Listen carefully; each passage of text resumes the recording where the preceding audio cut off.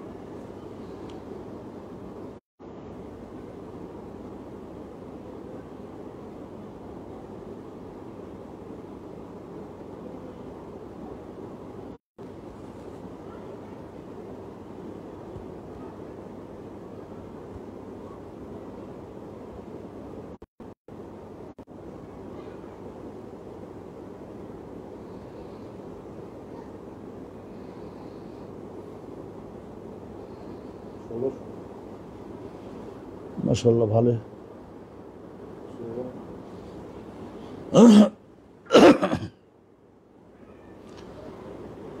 আসসালামু আলাইকুম ওয়া রাহমাতুল্লাহি ওয়া বারাকাতুহু। আলহামদুলিল্লাহি রাব্বিল আলামিন ওয়াসসালাতু ওয়াসসালামু আলা সাইয়্যিদিল আমবিয়া ওয়াল মুরসালিন। বাবু আরাকিল জুনুব ওয়া ইন্নাল মুসলিমা লা ইয়ানজাসু লা ইয়ানজুসু। حدثنا علي بن عبد الله قال حدثنا يحيى قال حدثنا حميد قال حدثنا بكر عن ابي رافع عن ابي هريره।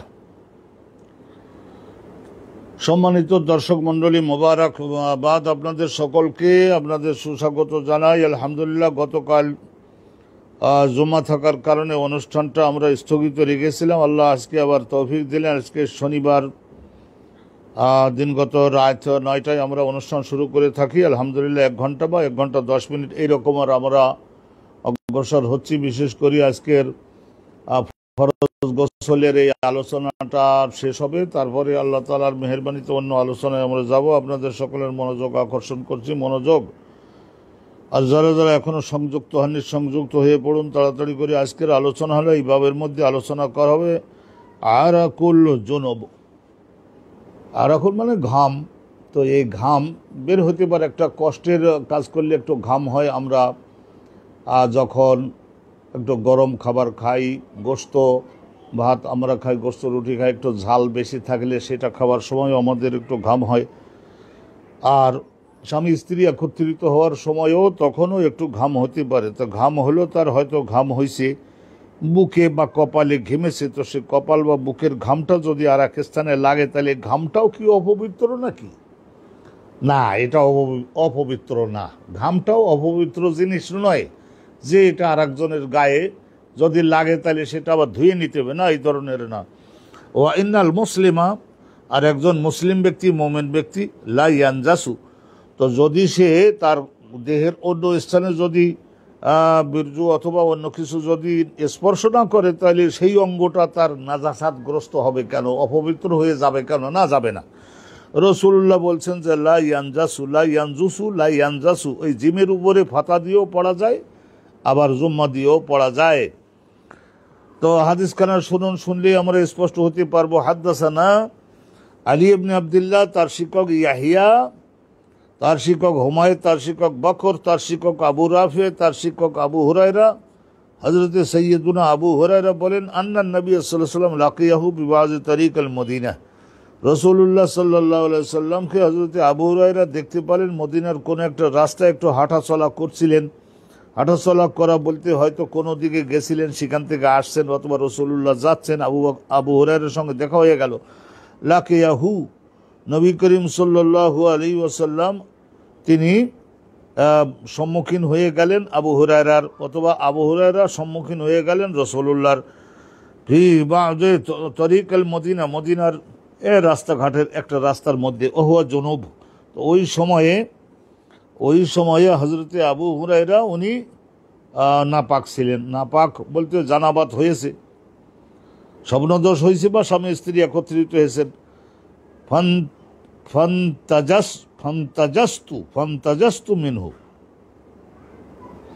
ফান্তাজাস্তু মিনহু। নবী করিম সাল্লাল্লাহু আলাইহি ওয়াসাল্লাম এখানে দুই রকমের আছে, ফান্তাজাস্তু আর ফান্তাবাজতু। তো হযরতে আবু হুরায়রা রাদিয়াল্লাহু তাআলা আনহু বলছেন যে আমি নবী করিম সাল্লাল্লাহু আলাইহি ওয়াসাল্লাম, যেহেতু আমি নাপাক, শরীর আমার গোসল ফরজ হয়েছে, এই অবস্থায় আমি নবী করিম সাল্লাল্লাহু আলাইহি ওয়াসাল্লামের থেকে খুবই রাসূলুল্লাহকে কোনো কিছু না জানিয়ে কৌশল অবলম্বন করে ওনার থেকে আমি একটু পৃথক হয়ে সরে পড়লাম, কেটে পড়লাম রাসূলুল্লাহ সাল্লাল্লাহু আলাইহি ওয়াসাল্লামের থেকে আমি চুপে চুপে চলে গেলাম। ফান্তাজাস্তু, এই যে নাজাসাত থেকে, যেহেতু আমি নাজাসাতের মধ্যে আছি সেই জন্য রাসূলুল্লাহকে কিছু না জানিয়ে আমি চলে গেলাম। রাসূলুল্লাহ রাব্বুল রাহমাতুল আলামিন, তিনি তো পবিত্রতার মহাসূর্য, তাই আমি অপবিত্র, তার কাছে ধারে থাকাটা আমার ঠিক হবে না এই মনে করি। ওয়াজাহাবতু, আমি বাড়িতে চলে গেলাম। ফাকতাসালতু, আমি গোসল করে নিলাম। সুম্মা যা, অথবা তিনি আসলেন মানে আবু হুরায়রা। সুম্মা যেহেতু, আমি আবার আসলাম রাসূলুল্লাহর কাছে। তো রাসূলুল্লাহ আমাকে এই মাঝে দেখেননি, চলে গেছি, তা তিনি তো দেখেছেন যে এখন আর কাছে নাই, চলে গেছে। তো আবু হুরায়রাকে জিজ্ঞাসা করলেন রাসূলুল্লাহ, আয়না কুনতা ইয়া আবু হুরায়রা, আবু হুরায়রা তুমি কোথায় ছিলে এই মাঝখানের এই যে 1 ঘন্টা আধা ঘন্টা সময়? ক্বালা কুনতু জুনুবান, হুজুর ইয়া রাসূলুল্লাহ সাল্লাল্লাহু আলাইহি ওয়াসাল্লাম, আমি জানাবাত অবস্থায় ছিলাম। ফাকারিহতু আন উজালিসাকা, আপনার পাশে বসাকে খুবই ঘৃণা মনে করলাম, অপছন্দ করলাম, আমার নিজের জন্য ক্ষতিকারক মনে করলাম। ও আনা আলা গায়রি তাহারাতিন, আমার শরীর মন তো, আমার দেহ তো পবিত্র না হুজুর ইয়া রাসূলুল্লাহ। ক্বালা রাসূলুল্লাহ, আমার এই কথা শুনে তখন বললেন যে সুবহানাল্লাহ, আশ্চর্য হওয়ার জন্য, আশ্চর্য হওয়াটা ব্যক্ত করবার জন্য সুবহানাল্লাহ বলা হয়ে থাকে। সুবহানাল্লাহ, আমি আশ্চর্য, তুমি এত বড় আমার সাহাবা, তুমি এই মশলাটাও জানো না? ইন্নাল মুমিনা লা ইয়ানজাসু, নিশ্চয়ই একজন মুমিন ব্যক্তি লা ইয়ানজাসু, তো সে যদি নাজাসাত হয় তাহলে তার গোসল ফরজ হবে। নাভির নিচে, হাঁটুর উপরে ওই সমস্ত অংশগুলিতে যদি অপবিত্র জিনিস স্পর্শ করে থাকে সেইটা হয়তো নাজাসাত হয়েছে, নাপাক লেগে গেছে, কিন্তু তার মানে এই না যে তার হাত, তার বুক, তার মুখ এবং তার এই সমস্ত কপাল, মাথার উপরে এই সমস্ত জায়গায় এইগুলি যে তার নাজাসাত হয়ে গেছে তা তো না। ইন্নাল মুমিনা লা ইয়ানজাসু, এটা রাসূলুল্লাহ বললেন। তো বলছেন না গিয়ে তুমি আমার এখানে বসে থাকতে পারতে, তা শরীয়তের নজরে কোনো দোষ হতো না। আলহামদুলিল্লাহ রাব্বিল আলামিন। এখান থেকে আমরা জানতে পারলাম সম্মানিত দর্শক মণ্ডলী যে স্বামী স্ত্রী একত্রিত হওয়ার সময় যদি কপালে, মুখে বুকে যদি ঘাম বাইর হয়, তো সে ঘামটা যদি আর একজনের সঙ্গে মুসাফা করে ওই সময়, তাহলে হাতে যদি কোনো প্রকারের ঘাম টাম কিছু লেগে থাকে, সে ঘাম এটা অপবিত্র জিনিস না, আর একজনের হাতে স্পর্শ করতে পারবে।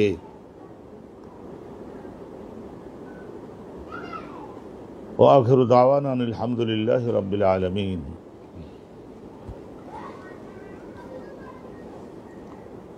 আলহামদুলিল্লাহ ওয়াসসালাতু ওয়াসসালামু আলা রাসূলিল্লাহ। বাবু জুনুবুন, আল জুনুবু ইয়াখরুজু ওয়া ইয়ামশি ফিস সুকি ওয়া গায়রিহি। এই বাবের মধ্যে আলোচনা করা হলো জানাবাতওয়ালা একজন পুরুষ বা মহিলা গোসল করবে, কিন্তু এটা ফরজ নামাজের টাইম এখন 2 ঘন্টা বাকি আছে, তা সেই গোসল করবার আগে একজন জানাবাতগ্রস্ত একজন পুরুষ অথবা মহিলা ইয়াখরুজু, নিজের গৃহ থেকে তীব্র প্রয়োজনের কারণে গৃহের থেকে বের হয়ে একটু বাইরে প্রয়োজন পূরণের জন্য যেতে পারবেন। ওয়ামশি ফিস সুক, পুরুষ হলে তাহলে বাজারে গিয়ে একটু হাঁটাহুটা করে আসা বা কোনো জিনিসপত্র ক্রয় করে আনা, বাজারে যাওয়া, জিনিসপত্র ক্রয় করে আনার জন্য তার তো এইভাবে ফরজ গোসল করে তারপরে যাওয়া। ফরজ গোসল করা হলো নামাজে যোগদানের জন্য, কাবা ঘরের তওয়াফের জন্য, কোরআন শরীফ মুসাহাফ ধরে পড়বার জন্য। কিন্তু এর মানে এই না যে বাজারে যাবে জিনিসপত্র বিক্রি করবে, ক্রয় করবে, তা সেজন্যেও তাকে গোসল করে ফরজ আদায় পবিত্র হয়ে তারপরে যেতে হবে না। রাস্তাঘাটে একটু হাঁটাচলা করলো, নাজায়েজ না, শরিয়াতে এই ধরনের কোনো কঠিন কিছু না। ওয়া গায়রিহি ফিস সুকি ওয়া গায়রিহি, মনে করুন এই স্থান থেকে একটু বাড়িতে গেল, ও গায়রিহি গায়রে সুক, তাহলে বাজার বাদে অন্য স্থান যেমন বাড়ি, একটা ক্লাব, সেখানে একটু জরুরি তলব হয়েছে তো সেখানে একটু যেতে পারবে, কোনো অসুবিধা নেই। ক্লাবে যেতে পারবে, বাড়িতে যেতে পারবে, বাজারে যেতে পারবে। শুধু যেতে পারবে না কোন জায়গায়? মসজিদের মধ্যে ইবাদতে নিতে যেতে পারবে না। যদি দেখা যায় যে মসজিদের ওই পাশে গোসলের ব্যবস্থা, আর মসজিদের পূব সাইড দিয়ে ঢুকে এক দরজা দিয়ে ঢুকে অন্য দরজা দিয়ে তারপরেই তাকে যেতে হবে ওই গোসলের ওই জায়গায়, তাহলে এটা আবেরিয়া সাবিল বলা, এটাতেও করতে পারবে। পায়ের মধ্যে তো আর নাপাকি লেগে নাই, হেঁটে যেতে পারবে।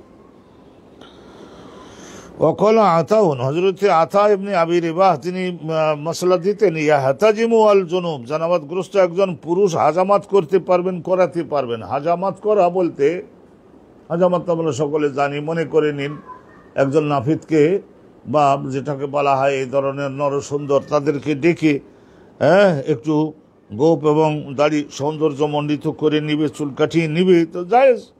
আবার হাজামাত করার আর একটা অর্থ হলো আগেকার জমানায় হিজামা যেটাকে বলা হয়, এইটা একটা ছুরি অথবা একটা খুরের সাহায্যে যেখানে রক্ত জমাট হয়ে গেছে সেখানে একটু কেটে দিল, কেটে দেওয়ার পরে সেখানে এই যে ভেড়া, বকরি, দম্বা, গরু, মহিষ, উটের শিং এটা সুন্দর করে চেঁচে ছুলিয়ে সুন্দর করে নিয়ে মোটা মুখটাকে ওখানে ঠেসে ধরে তারপরে ওই যেখানে কেটে দিয়েছে আর ছোট মুখটায় একজন মুখ লাগিয়ে শোষণ দেয়। শোষণ দিলে ভেতরের জমাট বেঁধে থাকা রক্তটা বের হয়ে আসে এবং দেখা যায় যে আলহামদুলিল্লাহ ওই জায়গাটা আবার 16 আনা সুস্থ হয়ে যায়, যেহেতু দূষিত রক্তটা বের করে ফেলা। এটারও হিজামা করা বলা হয়, হিজামা। তাহলে হিজামা করা এটা করতেও পারবে, করিয়ে নিতেও পারবে জানাবাতগ্রস্ত ব্যক্তি।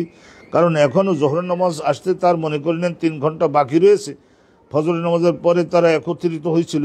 হজরতে আতা বলতেন জায়েজ আছে, চুল কাটানো জায়েজ আছে, গোপ কাটানো জায়েজ আছে, নখ কাটানো জায়েজ আছে, অনুরূপে অন্যান্য কাজকর্মে যোগদান করা জায়েজ আছে। ওই ইউকাল্লিমু আসফারাহু, নিজের নখসমূহ কাটাতে পারবে, কাটতে পারবে। ওই হালিকু রাসাহু, মাথার চুল নেড়া করে নিতে পারবে, খাটো করিয়ে নিতে পারবে নরসুন্দরকে ডেকে। ওয়াইন লাম ইয়াতাওয়াদ্দা, যদিও সে ব্যক্তি এখনো অজু করেনি, তাহলে অজু না করেও এটা করতে পারবে।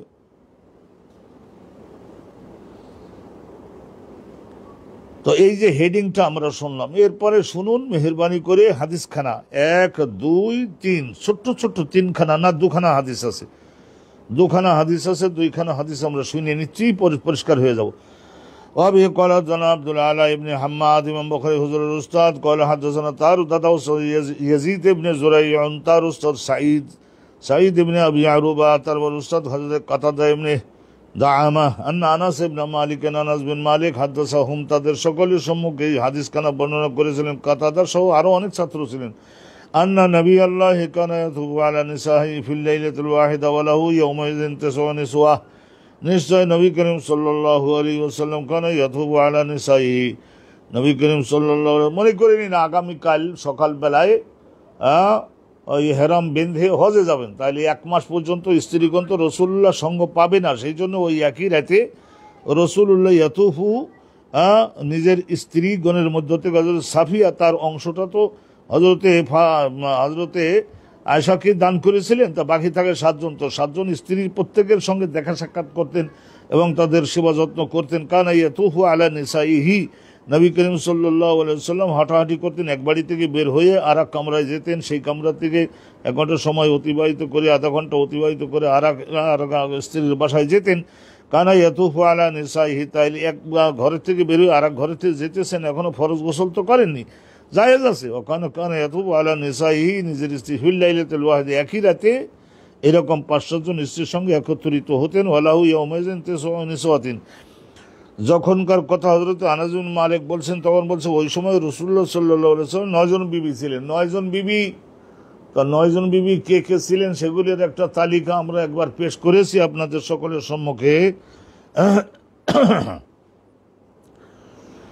তো এই একখানা হাদিস শুনলাম, তাইলে স্বামী স্ত্রী একত্রিত হয়ে ফরজ গোসল করার আগে, ওযু করবার আগেও এক বাড়ি থেকে আরেক বাড়িতে যেতে পারবেন, বাজারে যেতে পারবেন, শুধু ওই ইবাদতে মসজিদে যেতে পারবেন না। এই একটা জিনিস আমরা শুনলাম। দ্বিতীয় আর একখানা হাদিস শুনে নিচ্ছি। আবি ক্বালা হাদাসানা আইয়াশুন ক্বালা হাদাসানা আব্দুল আলা ক্বালা হাদাসানা হুমায়দুন আন বকরিন আন আবি রাফি'আন আন আবি হুরায়রাতা ক্বালা লাকিয়ানি রাসূলুল্লাহ আন আবি হুরায়রাতা ক্বালা লাকিয়ানি রাসূলুল্লাহ, আমার সঙ্গে সাক্ষাৎ হয়ে গেল রাসূলুল্লাহ সাল্লাল্লাহু আলাইহি ওয়াসাল্লামের। রাসূল আমাকে আমার সম্মুখে পড়ে গেলেন। ওয়ানা জুনুব, তখন আর কি করব, পলাবার তো জায়গা নেই, আমি তো জানাবাতে মানে স্বামী স্ত্রী একত্রিত হয়েছেন অথবা স্বপ্নদোষ হয়েছে, যাই হোক একটা।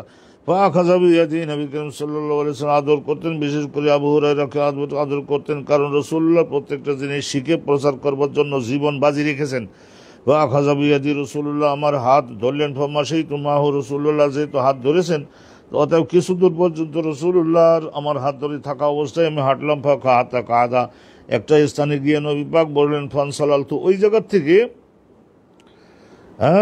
জায়গার থেকে আমি কৌশলে রাসূলুল্লাহর হাতের থেকে আমার হাতটা ছুটাই নিয়ে তারপরে আমি আবার দ্রুত গতিতে বাড়িতে গেলাম। ফাআতাইতু রাহাল বলতে আমার নিজের মানজেল মানে বাড়িতে গেলাম। ফাগতাসালতু, গোসল করলাম, ফরজ গোসল করলাম। সুম্মা, যেহেতু তাড়াতাড়ি আবার আসলাম। কায়েদুন, এসে দেখে রাসূলুল্লাহ সেখানেই বসে রয়েছেন। ফাকালা আইনা কুনতা, রাসূলুল্লাহ আবার আমার দেখে বললেন যে শিলা কোন জায়গায় আবু হুরায়রা, কখন চলে গেলে? ইয়া আবা হুরায়রা, ফাকুলতু লাহু, তখন আমি তাকে আমার এই ঘটনাটা কি কারণে চলে গেছিলাম, কি কারণে আবার এই যে গোসল করে মাথার পানি ফোঁটা পড়তেছে আবার আসলাম, ব্যাখ্যা করে বললাম। ফাকালা, আমার ঘটনা শুনে তখন রাসূলুল্লাহ বললেন যে আরে মশলা তো জানো না, আশ্চর্য জিনিস তো, সুবহানাল্লাহ। ইন্নাল মুমিনা লা ইয়ানজাসু, নিশ্চয়ই একজন মুমিন ব্যক্তি তার দেহের সমস্ত অঞ্চল তো আর নাজাসাতগ্রস্ত হয় না। হাতে কিছু লাগে নাই তো, হাত তো পবিত্র। আমার পাশে বসে থাকতে তোমার কোনো সমস্যা ছিল না, জোহর নামাজের একটু আগে যেয়ে গোসল করে নামাজে যোগদান করতে।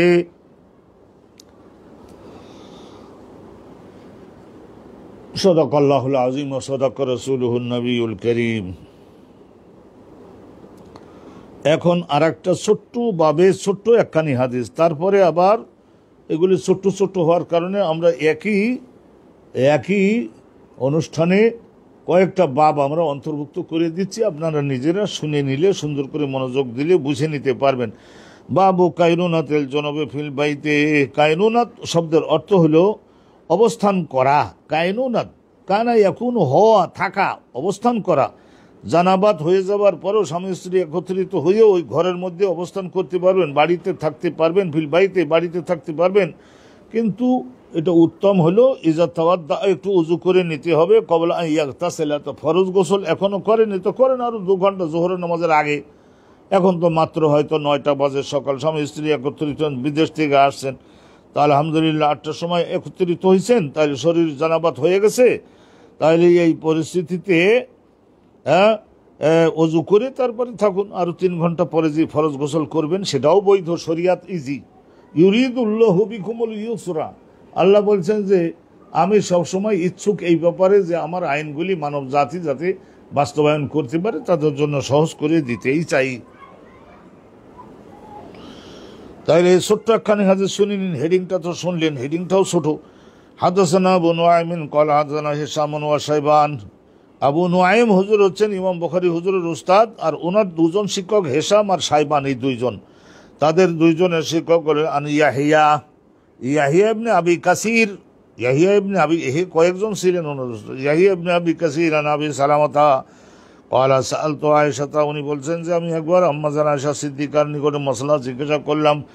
আকানান নবী সাল্লাল্লাহু আলাইহি ওয়াসাল্লাম ইয়ারকুদু ওয়া হুয়া জুনুবুন, নবী করিম সাল্লাল্লাহু আলাইহি ওয়াসাল্লাম কি জীবনে ইয়ারকুদু, তিনি কি শুয়ে পড়তেন, ঘুমিয়ে পড়তেন, জুনুবুন, জানাবাতে থাকা স্বামী স্ত্রী একত্রিত হলেন, তারপরে গোসল করবেন তো নিশ্চয়ই 3:30টার দিকে যখন তাহাজ্জুদে উঠবেন। কিন্তু এর আগে দেখা গেল যে 3 ঘন্টা সময় রয়েছে, এই সময়টা আল্লাহ নবী একটু ঘুমিয়ে নিতেন কি ও জুনুবুন, জানাবাত হয়ে যাওয়ার পরে। কলাত নাম, রাসূলুল্লাহ সাল্লাল্লাহু আলাইহি ওয়াসাল্লামের স্ত্রী আম্মাজান হযরত আয়েশা সিদ্দিকা বলতেন হ্যাঁ নাম ওয়াতাওয়াদ্দাও, কিন্তু ঘুমাতে যাওয়ার আগে একটু নামাজের যে অজু, এই অজু একটু করে নিতে হবে। করে নিতেন রাসূলুল্লাহ। ঘুম মানে তো মৃত্যু শুরু হয়ে গেল, আখিরাত শুরু হয়ে গেল, একটু অজু করে নিতে। আর অজুটা ওই নামাজের যে অজু, কিন্তু সেই অজুর পরে তো আর নামাজে যোগদান করা যাবে না, এটা অবস্থান করবার জন্য। আর কি করতে হতো, রাসূলুল্লাহ বলতেন ওই সংরক্ষিত ওই অঙ্গটাও একটু ধুয়ে নিতে হবে, অন্যথায় যে জিনিসটা বের হয় সেইটা দেহের মধ্যে আবার যদি বসে যেতে পারে তাহলে এটা ক্ষতিকারক জিনিস। সেই জন্য হযরতে নাওমুল জনব, জানাবাতগ্রস্ত ব্যক্তি কি করতে পারবে? জানাবাতগ্রস্ত ব্যক্তি, এটা নতুন আর একটা বাব দিলাম, কিন্তু বাবু নাওমিল জনুব, একজন জানাবাতওয়ালা ব্যক্তি ঘুমাতে পারবেন। আর ওখানে আগে বলা হয়েছিল যে অবস্থান করা, এবং আরও বলা হয়েছিল যে শুয়ে থাকা, হয়তো 1 ঘন্টা ঘুম ছাড়াই শুয়ে থাকলো, অথবা ঘুম এসে গেল, ঘুমালো, ঠিক আছে, জায়েজ। হাদাসানা কুতাইবাহ ইবনে সাঈদ قال حدثنا الليث عن نافع عن عبد الله بن عمر أن عمر بن الخطاب سأل رسول الله عبد الله بن عمر। ও আগের আমলে বাপেরাও নিজেদের জীবনের বিভিন্ন ঘটনা ছেলে মেয়েদের শিখিয়ে যেতেন। আব্দুল্লাহ ইবনে ওমর থেকে বর্ণিত হয়েছে এই হাদিস, কানা হযরত ওমর বিন আল খাত্তাব একবার রাসূলুল্লাহকে জিজ্ঞাসা করেছিলেন, আইয়ার কদু আহাদুনা, আমাদের মধ্যে কোনো একজন মুসলমান কি শুতে পারবে, শুয়ে থাকতে পারবে, ঘুমাতে পারবে, অবস্থান করতে পারবে বাড়িতে? ও জানাবাত স্বামী স্ত্রী একত্রিত জানাবাতগ্রস্ত হওয়ার পরে ফরজ গোসলের আগে? কল না আম, রাসূলুল্লাহ সাল্লাল্লাহু আলাইহি ওয়াসাল্লাম বললেন, হে ওমর, কেন পারবে না? পারবে, পারবে। ইজা তাওয়াদ্দা আহাদুকুম, তোমাদের মধ্যে ওই একজন, যে একজন ব্যক্তির কথা তুমি হও বা অন্য, যখন একটু অজু করে নিবে, তো অজু করে নিয়ে তারপর ওই জিনিসগুলি, ময়লা জিনিসগুলি আবার দেহের মধ্যে বসে যেতে দিতে নাই, ফালিয়ার কোদ, তাহলে সে ব্যক্তি ঘুমাবে। কিন্তু ইজা তাওয়াদ্দা আহাদুকুম, তোমাদের মধ্যে ওই লোকটাকে অবশ্যই একটু অজু করে নিতে হবে। জানাবাতগ্রস্ত হওয়ার পরে আর কি করতে হবে? ওই অঙ্গটা একটু ধুয়ে নিতে হবে, বাস। এরপরে 3 ঘন্টা ঘুমাইয়ে নিক, তারপর 3 ঘন্টা ঘুমের থেকে উঠে আবার সময় মতো ফরজ গোসল করে ফরজ ইবাদতে সালাতে যোগদান করতে। পরের দিন রোজা, তো সাহারি খেতে হবে, সাহারি খাওয়ার পরেও ফরজ গোসল করতে পারে, সেটাও জায়েজ আছে। Decision of Islam is always easy, easy, মানব জাতির জন্য ইজি। বাবুল জুনুব ইয়াতাওয়াদ্দাউ সুম্মা ইয়ানাম। আল জুনুব, জানাবাতগ্রস্ত একজন পুরুষ বা মহিলা, ইয়াতাওয়াদ্দাউ মানে অজু করবে, কিন্তু তার ওই অঙ্গটা ভালো করে ধুয়ে তারপরে অজু করবে, তারপরে এনামও ঘুমাইয়ে পড়তে পারে। তারপরে ফরজ নামাজের সময় আসলে তখন তো নিশ্চয় উঠি ফরজ গোসল করে তারপরে তাকে কি করতে হবে? তারপরে তাকে ফরজ নামাজ আদায় করতে হবে। নতুন একটা বাব কিন্তু শুরু করলাম, বাবুল জুনুব ইয়াতাওয়াদ্দাউ সুম্মা ইয়ানামু। আবে ক্বালা হাদাসানা ইয়াহইয়া ইবনে বুখারীন ক্বালা হাদাসানা লাইস আন উবাইদিল্লাহ ইবনে আবি জাফর আন মুহাম্মদ ইবনে আব্দুর রহমান আন উরওয়া ইবনে জুবাইর আন আয়েশা। উরওয়া রিওয়ায়াত করেন সবসময় তার নিজের ছোট খালা, ওনার মার নাম আয়েশা, ওনার মার নাম আসমা, আর খালার নাম আয়েশা। তা খালায় মানুষ করে দিতেছে নিজের ভাগনাটাকে। বড় বোনে বলতেন না, আয়েশা ছেলে পাঠালাম উরওয়াকে, মানুষ করে দিও। ক্বালাত কানা নবী সাল্লাল্লাহু আলাইহি ওয়াসাল্লাম, এখানে মানুষ করে দিও মানে ইলম শিখাইয়ে মানুষের মতো মানুষ বানাইয়ে দিও। ক্বালাত কানা নবী সাল্লাল্লাহু আলাইহি ওয়াসাল্লাম, হযরত আয়েশা সিদ্দিকা বলতেন, কানা নবী সাল্লাল্লাহু আলাইহি ওয়াসাল্লাম ইজা আরাদা ইয়ানামা হুয়া জুনুব, জানাবাত হয়েছে, স্বামী স্ত্রী একত্রিত হওয়ার পরে জানাবাত হয়ে গেছে, জানাবাত শরীর নাপাক হয়েছে, বীর্য বের হলে তো নাপাক হয়, জানাবাত হয়ে যায়, তাইলে যখন এরপরে ঘুমানোর নিয়ত করতেন, গাসালা ফরাজাহু, ওই নিজের সংরক্ষিত অঙ্গ নাভির নিচে ভালো করে ধুয়ে ফেলতেন। ও তাওয়াদ্দা লিস-সালাত, আর অজু করতেন, অজুটির নামাজের অজু যেমন ওযু ইস-সালাত, নামাজের যে অজু ওই রকমের অজু, 3 বার করে ধুয়ে নামাজের যে অজু সেই ধরনের অজু। শুধু অজু মাঝে মাঝে আবার ওই শুধু গালমুখ ধোয়া, এইটার অর্থ ব্যবহৃত হয়ে থাকে, সেই অর্থে না, এটা নামাজের অজু। একখানা হাদিস শুনলেন আপনারা, ঘুমানোর আগে ওই সংরক্ষিত অঙ্গ ভালো করে ধুয়ে তারপরে নামাজের অজুটা করে 3 ঘন্টা ঘুমিয়ে নেন, তারপরে আবার ওই তাহাজ্জুদের আগে, ফজরের নামাজের আগে তখন আবার উঠে ফরজ গোসল করে ফরজ ইবাদতে যোগদান করতে পারবেন। তাইলে এই অধ্যায়ের মধ্যে দোকানি হাদিস আছে, আমরা শুনে নিচ্ছি। আবি ক্বালা হাদাসানা মুসা ইবনে ইসমাঈল ক্বালা হাদাসানা যুবাইরিয়া আন নাফি' আন আব্দুল্লাহ ইবনে উমর ক্বালা ইস্তাফতা ওমর ইবনে আল খাত্তাব। হযরত আব্দুল্লাহ ইবনে ওমর থেকে বর্ণিত, তিনি তার বাপের ওই ঘটনা বলছেন। ইস্তাফতা ওমর ইবনে নবী সাল্লাল্লাহু আলাইহি ওয়াসাল্লাম, হযরত ওমর একবার ফতোয়া জিজ্ঞাসা করলেন, ইসলামের সমাধান জিজ্ঞাসা করলেন রাসূলুল্লাহর নিকটে। আয়ানামু আহাদুনা ওয়া জুনুব, জানাবাত হয়ে যাওয়ার পরে, স্ত্রী স্বামী একত্রিত হওয়ার পরে, তারপরে ইয়া রাসূলুল্লাহ সাল্লাল্লাহু আলাইহি ওয়াসাল্লাম, এইভাবে ফরজ গোসলের আগে কি একটু ঘুমাই নিতে পারবে কি পারবে না? শরীরটা তো একটু দুর্বল হয়। আয়ানামু আহাদুনা ওয়া জুনুব, ক্বালা নাম, রাসূলুল্লাহ বললেন পারবে, পারবে।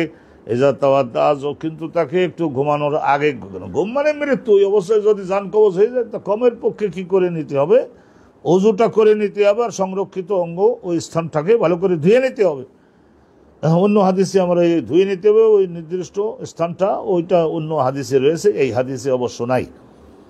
একখানা হাদিস শুনলেন, দ্বিতীয় হাদিস খানা শুনুন। আমরা বলেছি যদি হযরতে দুইজন একটা হাদিস একই বক্তব্য দুইজন রাবি যদি বর্ণনা করেন, তখন তার নাম হয়ে যায় আজিজ।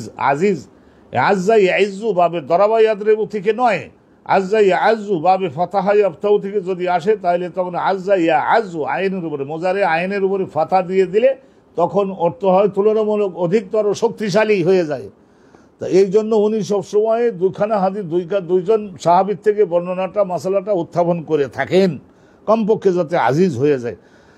আর এই ধরনের সাহাবাগণের স্তরে যদি তিনজন রাবি এর মধ্যে সীমাবদ্ধ হয়, আর পরবর্তীতে সাহাবাগণের নিচে তাবিঈ, আতবাঈ তাবিঈ, তারপরে মুজতাহিদ, দাউরেল মুজতাহিদিন, ওই সমস্ত জায়গায় গেলে যদি দেখা যায় যে অগণিত হয়ে যায়, কিন্তু সাহাবাগণের মধ্যে তিন, তাইলে একে মশহুর বলা হয়ে থাকে।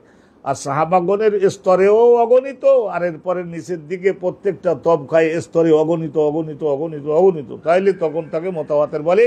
আর কোনো একটি স্তরে যদি রাবি বর্ণনাকারী একজনের মধ্যে সীমাবদ্ধ হয়ে যায়, তখন তাকে খবরে ওয়াহেদ বলে, তখন তাকে মুফরাদ বলে, অনুরূপভাবে মুফরাদ বলে, তাকে কোনো কোনো সময় গরিবও বলেন। তো আমাদের এই পরিভাষাগুলো একটু জেনে রাখতে পারলে ভালো, উত্তম। আর একখানা হাদিস শুনে নেন, তাহলে বক্তব্যটা আজিজ হয়ে যায়। وأبيه قال حدثنا عبد الله بن يوسف قال أخبرنا مالك عن عبد الله بن دينار عن عبد الله بن عمر أنه قال عبد الله بن عمر বলেন যাকার ওমর ইবনুল খাত্তাব রাসূলুল্লাহ, হযরত ওমর বিনুল খাত্তাব একবার প্রশ্ন করেছিলেন রাসূলুল্লাহর সামনে দাঁড়িয়ে, এন্নাহু তুসিবুল জানাবাতু মিনাল লাইলি ইয়া রাসূলুল্লাহ, রাতে স্বামী স্ত্রী একত্রিত হই জানাবাত আমাকে ধরিবাসে জানাবাত যুক্ত হয়ে পড়ি। ফকাল লাহু রাসূলুল্লাহ তাকে বললেন তাওয়াদ্দা ওয়াগসিল যাকারাকা সুম্মা নাম। তখন রাসূলুল্লাহ বললেন যে হ্যাঁ, তুমি নামাজের যে ওযু এরকম পূর্ণাঙ্গ ওযু করে নিও, শুধু কেবল গাল ধোয়া, মুখ ধোয়া এইটা অর্থে ওযু না, বরং নামাজের ওযুর মতো পূর্ণাঙ্গ ওযু করে নেবা। ওয়াগসিল যাকারাকা, নিজের নাভি নিচের অঙ্গটাকে ভালো করে উত্তম করে ধুয়ে নেবে। সুম্মা নাম, তারপরে 2-3 ঘন্টা ঘুমাই নাও, তা শরীয়তে কোনো নাজায়েজ নাই। আলহামদুলিল্লাহ রাব্বিল আলামিন ওয়া আখিরু দাওয়ানা আলহামদুলিল্লাহি রাব্বিল আলামিন। সুন্দর একটা বিষয় আমরা জানলাম যে জানাবাত হয়ে যাওয়ার পরে ওই সংরক্ষিত অঙ্গ ভালো করে ধুয়ে নামাজের ওযুটা করে তারপর 3 ঘন্টা ঘুমিয়ে নিতে পারবে। আজানের আগেই উঠে পড়ে ফরজ গোসল করে নামাজে যোগদান করতে হবে। এইটাই হলো একজন খাঁটি মুসলিম মোমেনের জন্য, এই হলো বিধান। এখন সম্মানিত দর্শক, নতুন একটা এমন মহাগুরুত্বপূর্ণ একটা অধ্যায় আসতেছে। আমরা কিন্তু এই অধ্যায়টা আপনাদের জন্য খুবই আকর্ষণীয়, আমরা সুন্দর করে বুঝিয়ে দেওয়ার চেষ্টা করছি, ভালো করে বুঝে নিন। এজাল তাকাল খেতানান, খেতান সাধারণত খাতনা করা আমরা শুনেছি, মায়ের পেট থেকে একটা ছেলে বা মেয়ে ভূমিষ্ঠ হওয়ার সময় নিজের ওই যে পেশাব অঙ্গের মাথায় যে একটা চামড়ার আবরণ আল্লাহ রাব্বুল আলামিন দিয়ে থাকেন, অনুরূপভাবে মেয়েদেরও তো খেতানান তো বেটা ছেলেদেরও খাতনা করবার আইন আছে। আর মেয়েদের যদি আমরা আজহারি ইউনিভার্সিটির অধ্যাপকগণের নিকটে শুনেছি, তারা বলছেন যে কোনো দেশে ভৌগোলিক কারণে দেহের কোনো অঙ্গ এবং তার আশপাশের চামড়াটা বয়স বেশি হয়ে গেলে ঝুলে পড়ে, আর হাঁটাহাঁটি করবার সময়ে তখন একটার সঙ্গে একটা অংশের চামড়ার সঙ্গে আর একটা অংশের চামড়ার স্পর্শ এবং ঘষাঘষিতে সেখানেও শরীর অপবিত্র হয়ে যেতে পারে, মন্দ চিন্তা জাগ্রত হয়ে পড়ে, প্রবলতর হয়ে পড়তে পারে। তা সেই জন্যে এই ছোট বয়সেই বেটা ছেলেদেরও ওই অতিরিক্ত চামড়াটা কেটে ফেলে দেওয়া স্বাস্থ্যসম্মত হয়। এবং বিভিন্ন দিক দিয়ে এটা তো আমরা সকলে জানি, মুসলিমরা, ইহুদিরা এরা খাতনা করবার আইন ইব্রাহিম পয়গম্বরের এই ধর্মের উপরে যারা আছে আমাদের সকলকে খাতনা করবার শিক্ষা দেওয়া হয়েছে। তা ছেলেদেরও খাতনা করা যেতে পারে, কোন কোন দেশে মেয়েদেরও বেলায়ও খাতনা করবার কথা ডাক্তারগণ বলে থাকেন। তাহলে এই খাতনা করবার যোগ্য যে অঙ্গ, ছেলের একটা, মেয়ের একটা, স্বামী স্ত্রী, তারা একটা অঙ্গ যদি আর একটা অঙ্গের সঙ্গে সম্মুখীন হয় এবং একটা অন্যটার মধ্যে যদি প্রবেশ করে, তাহলে ওই পরিস্থিতি হয়তো শক্তিটা নির্গত হয়নি, তথাপিও কি গোসল ফরজ হবে নাকি গোসল ফরজ হবে না, এই হলো মাসালাটা। এটা বিরাট একটা মাসালা, বিরাট একটা মাসালা। মনে করে নিন, স্বামী স্ত্রী একত্রিত হয়েছিল, কিন্তু ইতিমধ্যেই বাইরে একটা দুর্ঘটনা হলে, ভীষণ শব্দ দুর্ঘটনা, হঠাৎ দেখা গেল তাদের আত্মীয় স্বজন কেউ দুর্ঘটনায় পড়লো কিনা, অগ্নিকাণ্ড হয়েছে, সেখানে সকলের সুরক্ষার জন্য ওই অবস্থায় কাজ সুসম্পন্ন না করে চলে যেতে হলো। তাহলে এখন কাজ শেষ করে ফিরে আসলে এখন কি তাদের দুইজনের উপরে, এখন তো বীর্যস্খলন হয়নি, তাহলে গোসল ফরজ হবে কি হবে না, এই মশলাটা, এই সরব লজ্জার কিছু না, ভালো করে জেনে নিন। মহা গুরুত্বপূর্ণ। ওখানে হাদিস, একটা হাদিসের দ্বারা না, প্রথম হাদিসটা এটার মধ্যে একখানেই মাত্র হাদিস, দ্বিতীয় আর একটা হেডিং আছে দেখা যায়, আলহামদুলিল্লাহ, সেটাও আমরা আপনাদের উদ্দেশ্যে বলে দিব, তো শুনুন। ইমাম বুখারী হুজুরের উস্তাদ মুআজ ইবনে ফাদালাহ, তার উস্তাদ হযরত হেশাম, এই একটা সনদ তিনি দিলেন, হেশাম পর্যন্ত মনে রাখ, হেশাম। তারপরে হলো হা, হা মানে হালিফ জবর হা, হায়া ইয়া জবর হায়, হা হায়, আল হাদিস তাহবিল, তাহবিলুন, তাহবিলান, এই কয়েক রকমের পাঠ শুদ্ধ আছে। এটা আমরা যারা হাদিস শিখতেছেন তাদের জন্য বলে দিলাম। হা হায় আল হাদিস, তাহবিলুন, তাহবিলান, এই রকমের কয়েক রকমের। আর একটা সনদ এখানে মুআজ ইবনে ফাদালা, ইমাম বুখারীর শিক্ষক, আর এই সনদের মধ্যে আবু নুআইমের শিক্ষক, অনুরূপভাবে আবু নুআইমের উস্তাদ হলেন ওই যে হেশাম, যে হেশামের কথা আগেই বললাম। তাই হেশামের শিক্ষক হলেন হযরতে কাতাদা, তার শিক্ষক হচ্ছেন হযরতে হাসান, হাসান বসরি, তার শিক্ষক হচ্ছেন আবু রাফি, তার শিক্ষক আবু হুরায়রা, আন্নান নবী সাল্লাল্লাহু আলাইহি ওয়াসাল্লাম কল, রাসূলুল্লাহ বলেছিলেন, ইজা জালাসা বাইনা শুআবিহা আল আরবাঈ, একজন স্বামী যদি বসে, যদি আসন গ্রহণ করে, মানে বসে যদি, বাইনা শুআবিহা আল আরবাঈ, তার স্ত্রীর চারটা ডাল আছে, চারটা ডাল, 2 পা 2 হাত, চারটা ডাল, দেহের ডাল হলো মনে করে নিন চারটা, 2টা পা 2টা হাত, এই 2টা পা 2টা হাত, এই দেহের এই চারটা শাখা, এই শাখার মাঝখানে যদি অবস্থান গ্রহণ করে বসে, তার মানে রাসূলুল্লাহ সবসময় তো এইরকমভাবে অনেক উন্নত ভাষায় তিনি বলতেন, সুম্মা জাহাদা হাত, অতবার শক্তি প্রয়োগ করে, মনে করে নিন নিজের অঙ্গটা ওই স্ত্রীর অঙ্গের মধ্যে প্রবেশ করালো শক্তি প্রয়োগ করে, ফাকাদ ওয়াজাব আল গোসল, রাসূলুল্লাহ বলছেন যে তাহলে এখন তাদের উভয়ের উপরে গোসল ফরজ হয়ে গেছে। হ্যাঁ, যদিও স্বামী বা স্ত্রী তাদের দুজনের কোনো একজনের নিকট থেকে যদি এই ধরনের দেহের সেই মূল শক্তিটা নির্গত হয় নাই, গোসল ফরজ হবে, দুইজনকে গোসল করতে হবে। তাবাহু আমরুন আন শুবাতা, এই যে আপনারা দেখে থাকবেন যে এই আগের সনদের মধ্যে এখানে তাবাহু আমরুন, আগে যে হেশাম গেছেন না, হেশাম মুতাবাআত করিয়াছেন আমর নামক আর একজন ছাত্র, ওই হেশামের সঙ্গে, হেশামেরও যা বক্তব্য, এনারও আমরেরও তাই একই বক্তব্য। আমর আর হেশাম একজন আর একজনের ক্লাস ফ্রেন্ড, দুইজন বর্ণনা করেছেন, কিন্তু ওই আগে হেশামের শিক্ষক আগে ছিলেন কাতাদা, আর এখানে আমরের শিক্ষক হচ্ছেন শুআবা।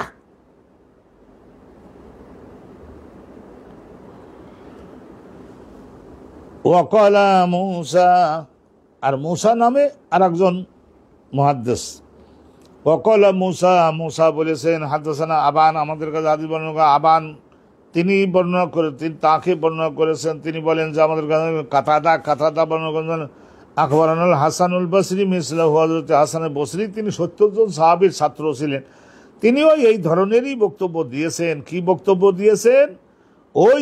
ওই বক্তব্যটা ধরে নিলেন তো, হ্যাঁ, যখন স্বামী তার স্ত্রীর দেহের চারটা ডালের মাঝখানে যদি বসে এবং শক্তি প্রয়োগ করে নিজের দেহের অঙ্গটা তার দেহের অঙ্গের মধ্যে প্রবেশ করিয়েছেন, কিন্তু তাতে বীর্যস্খলন হয়নি, দুইজনের কারণে বীর্যস্খলন হয় নাই, তাহলে এই ধরনের পরিস্থিতিতেও যদিও খুরুজে মনি হয়নি, তথাপিও গোসল ফরজ হবে।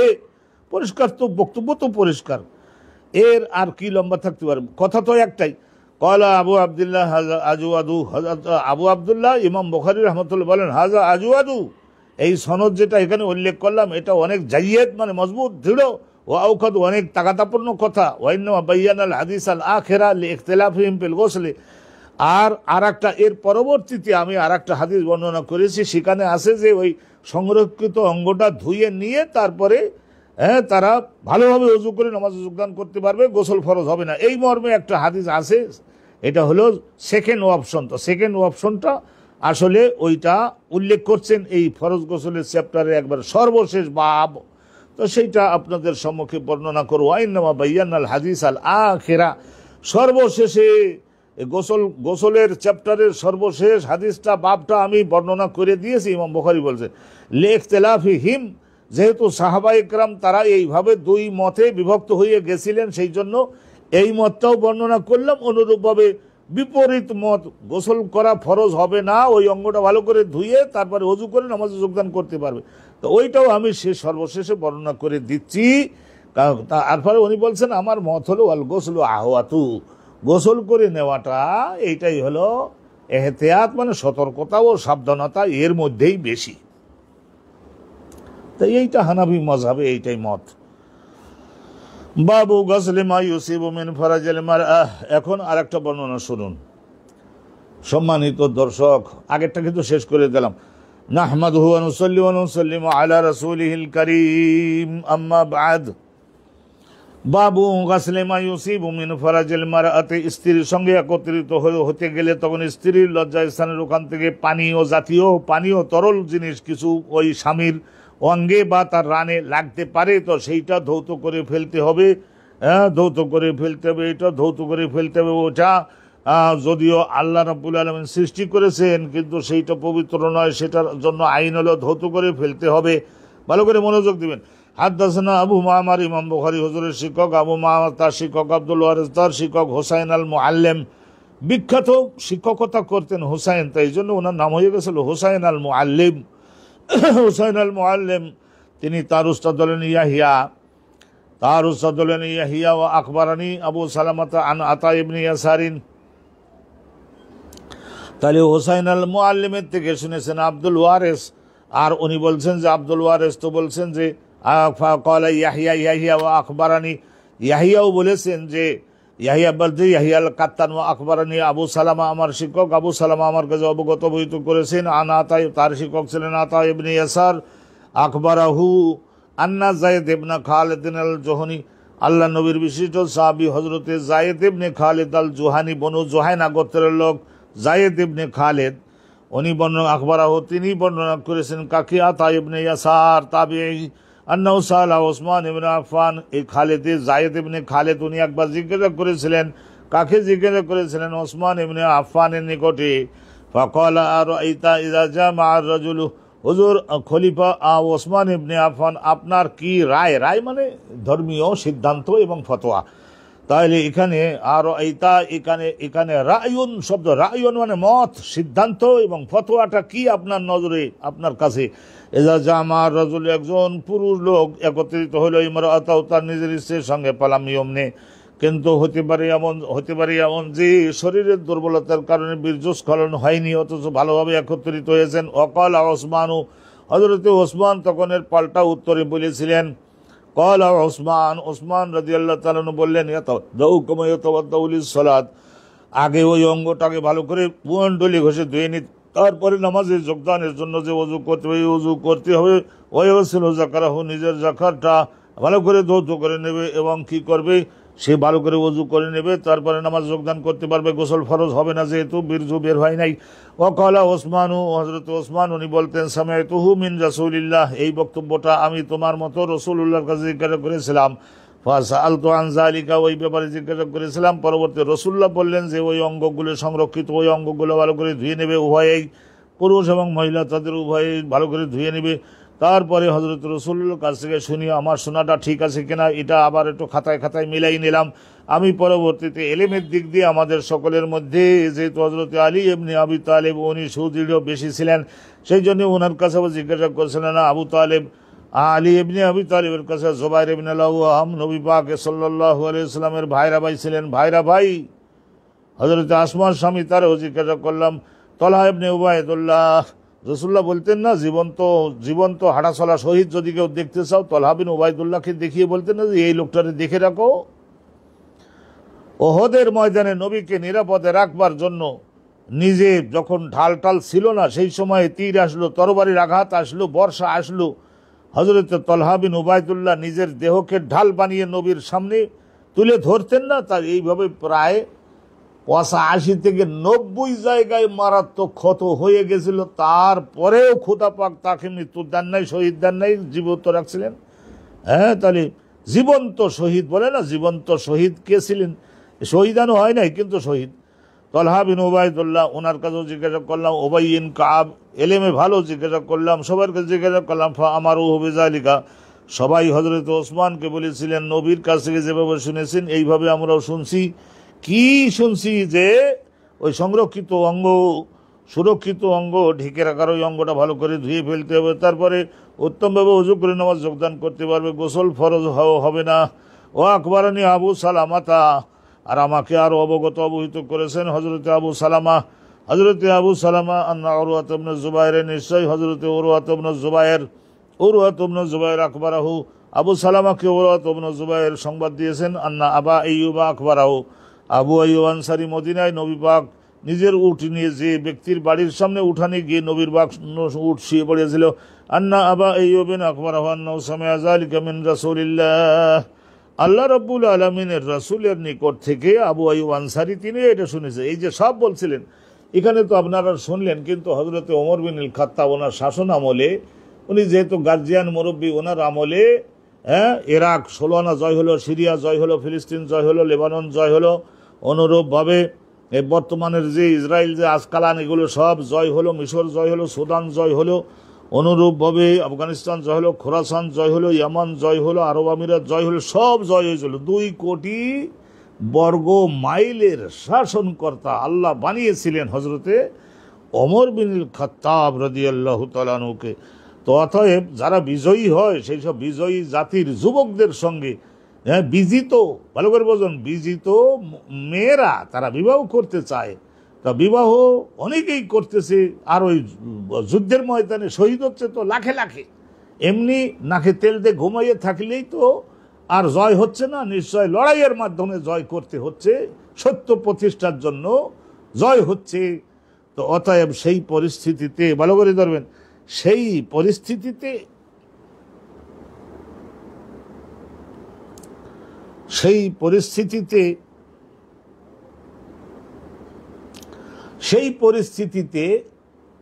মুসলমানরা একত্রিত হচ্ছে, কিন্তু হয়তো বীর্য বের হয়নি, কিন্তু সকালের থেকে জোহরের আগে বাড়িতে আসে, বীর্য বের হয় নাই, কিন্তু একত্রিত হচ্ছে। কিন্তু যারা গার্জিয়ান মুরব্বী লেভেল লোক, তারা ওই ধরনের ওই যুবক যারা নামাজ পড়তে মসজিদে ঢুকতেছে তাদের চেহারা দেখেই বুঝে নিতে পারেন। বুড়িরাও পারেন, অভিজ্ঞতা সম্পন্ন বয়স্কা মহিলারাও পারেন, অভিজ্ঞতা সম্পন্ন পুরুষরাও পারেন। তাইলে হযরত ওমর লাঠি নিয়ে মসজিদে দাঁড়িয়ে থাকতেন, এই বেটা স্বামী স্ত্রী একত্রিত হয়েছে, বলে হুজুর আমার তো আর শক্তি নির্গত হয়নি, বলে ঢুকতে পারবি না, যা গোসল করি আস।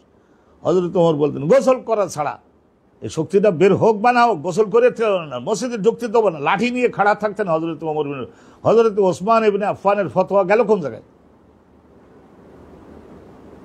তাই এখানে আমরা বাপটা শুনেছি, মা গোসল মা ইউসিবু মিন ফারাজিল মারআ, মহিলার দেহের থেকে লালা জাতীয় যাই কিছু হয়তো স্বামীর ওই বিশেষ ঢেকে রাখার ওই অঙ্গে বা উরুতে লাগতে পারে, তা সেগুলো ধুয়ে নেওয়ার আইন।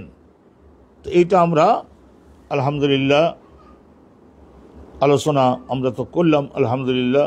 এই হেডিংটাও আবার আপনাদের একটু মনে করাই দিলাম। আর ওই হযরতে ওসমান রাদিয়াল্লাহু তাআলা আনহু কয়জন সাহাবার কাছে জিজ্ঞাসা করে, সেটাও এই হাদিসটাও আপনারা শুনলেন, কিন্তু শেষে আর একখানা হাদিস আছে, এটাও একটু শুনে নিন। হাদাসানা মুসাদ্দাদুন ক্বালা হাদাসানা ইয়াহইয়া আন হিশাম ইবনে উরওয়াতা ক্বালা আকবরনি আবি, হিশাম রিওয়ায়াত করেছেন তার বাপের থেকে, ক্বালা আকবরনি আবু আইয়ুব আনসারী নবী পাকের সাহাবী, ক্বালা আকবরনি উবাই ইবনে কাব। সাহাবার কাছ থেকে শুনতেন, মত বিনিময় করে নিতে হয়, তো এটা গোলামির কোনো সুযোগ নাই। আবু আইয়ুব আনসারী বলেন আকবরনি উবাই ইবনে কাব। উবাই ইবনে কাব বিখ্যাত একজন আলেম ছিলেন না হযরত ওমরের শাসন আমলে, 7-8 বছর মসজিদে নববীতে যে তারাবি নামাজের ইমামতি করে উবাই বিন কাব বাঘা আলিম ছিলেন। আন্নাহু কল, তিনি একবার জিজ্ঞাসা করেছিলেন, আচ্ছা যুবক সাহাবী জিজ্ঞাসা করে নিতেই পারেন, কল ইয়া রাসূলুল্লাহ জামা রাজুলিল মারা, একজন পুরুষ স্বামী যদি একত্রিত হয় তার নিজের স্ত্রীর সঙ্গে ফালাম ইউনজেল আনজালা ইউনজেলুতে ফালাম ইউনজেল, কিন্তু শক্তি নির্গত হয় নাই, তাইলে এখন কি করতে হবে? ইয়া রাসূলুল্লাহ কলা ইউগাসসিলু মা মাসা আল মারআতু মিনহু মা মাসা আল মারআতু মিনহু। তাহলে রাসূলুল্লাহ বলেন ইয়াগাসিলু বা ইউগাসিলু, ভালো করে ধৌত করবে, মা মাসা আল মারআতু মিনহু, তার দেহের যে যে অংশে মহিলার লালা জাতীয় জিনিসগুলি ওইগুলো ছুঁয়েছে, তারও বের হয় নাই, এরও বের হয় নাই, তরল জিনিস তার রান বা কাপড়ে যতটুকু ততটুকু ধুয়ে ফেলতে পারবে। সুম্মাইয়া তাওয়াদ্দাউ, তারপর কি করবে? নামাজে যোগদানের জন্য যে এবার পূর্ণাঙ্গ ওযু এটা করতে পারবে, ইউসিলি নামাজে যোগদান করতে পারবে।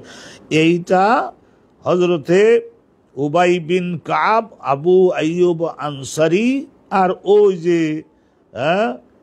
যে হযরতে আবু আলী আর জুবায়ের ইবনে আওয়াম, তালহা বিন উবাইদুল্লাহ, এই সমস্ত আপনারা শুনলেন না, এনাদের এই শেষে একটা উনি বলে দিলেন, কিন্তু এখানে নিজেই খালপার হয়ে গেলেন। হযরত ইমাম বুখারী কিন্তু বলে দিয়েছেন ওয়াল গোসলু আফদলু, পুরা শরীর ধুয়ে নেওয়া, গোসল করে নেওয়া, এটাই হলো সর্বশ্রেষ্ঠ মত। হযরত ওমরের মত তো জানালাম, আবু হানিফা রাহমাতুল্লাহি আলাইহি সহ তাদের সকলের মত গোসল করতেই হবে। একটা জায়গায় আছে যে এটা ওই জায়গা বা যদি অদৃশ্য হয়, মানে ভেতরে প্রবেশ করে পুরুষের অঙ্গটা, স্বামীর অঙ্গটা স্ত্রীর অঙ্গের মধ্যে, তাহলে এখন শক্তিটা নির্গত হোক বা না হোক গোসল করা ফরজ হবে। এই যে একটা মত উনি বর্ণনা করলেন।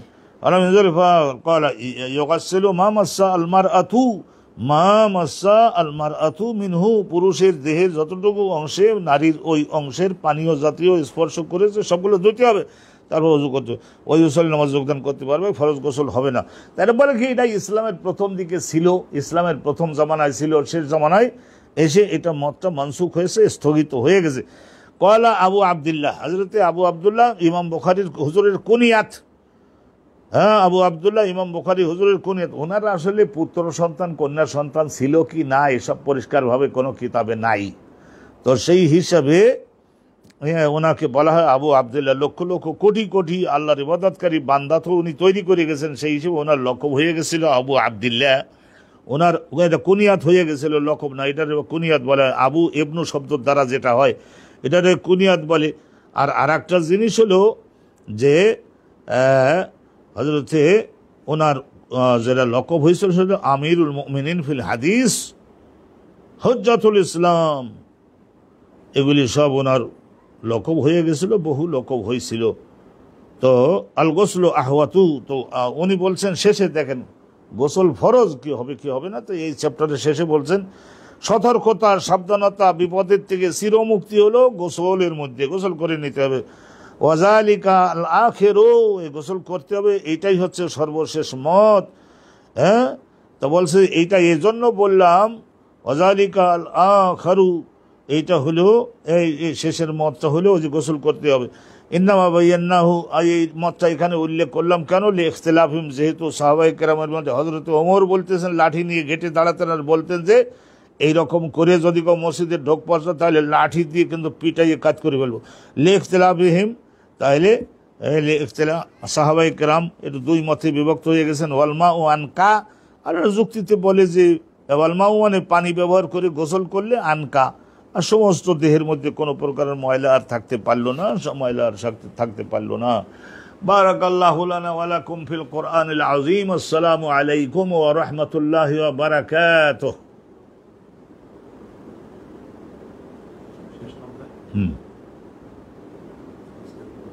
আচ্ছা, ভালো হয়েছে আশা করি।